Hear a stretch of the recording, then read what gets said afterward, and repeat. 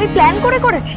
তোমার কি মনে হয় মোনা ম্যাডাম, সারাদিন ধরে পড়াশোনা কলেজ এই সমস্ত কিছু করার পর আমার খেয়ে দেয়ে আর কোনো কাজ নেই, আমি এই ধরনের প্ল্যানিং করব?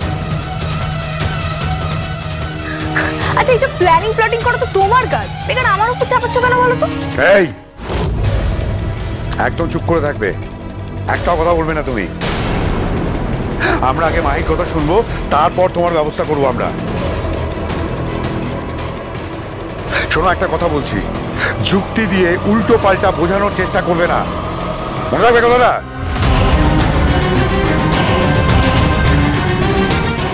এটাই তো সমস্যা অখিলেশ দা। বাড়িতে দিগ্গজ বউ নিয়ে এসেছে ঋতু, কথা তো বলবেই। আর ও তো গ্রামের সরল সাদাসিধে মেয়ে নয়, ওর কথা তো আমাদের শুনতেই হবে, নইলে নিজেরাই দেখতে পাবে কিরকম ঝামেলা ঝামেলা করে। দেখতে পেলে না কিরকম ররং দেহে মূর্তি নিয়ে এসেছে? মুক্তিমাসি প্লিজ, এখন কম্পাসের ক্যারেক্টার অ্যানালিসিসটা থাকুক, আমরা সবাই যে কথাটা বলতে এখানে এসেছি সেটা হোক।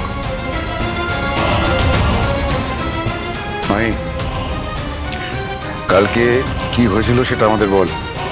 আমরা সবাই জানি যে কম্পাস তোকে বাড়িতে নিয়ে এসেছিল, কিন্তু আসলে কি হয়েছিল ওখানে সেটা আমাদের সবাইকে বল।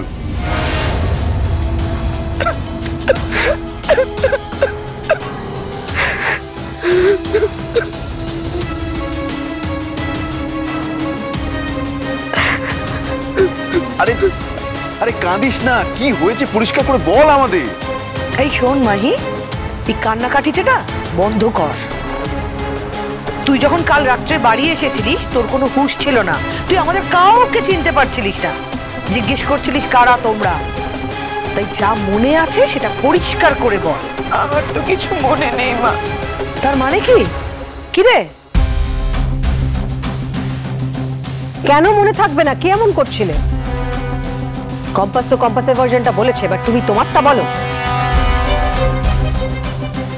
মনে করে বলো, কোথায় দেখা হলো তোমাদের, কি করে দেখা হলো, কি করছিলে তুমি? সত্যি কথা বলো। আমার শুধু মনে আছে আমি বন্ধুদের সাথে দেখা করে। কোন বন্ধুদের সাথে দেখা করতে গিয়েছিলে তুমি মাহি?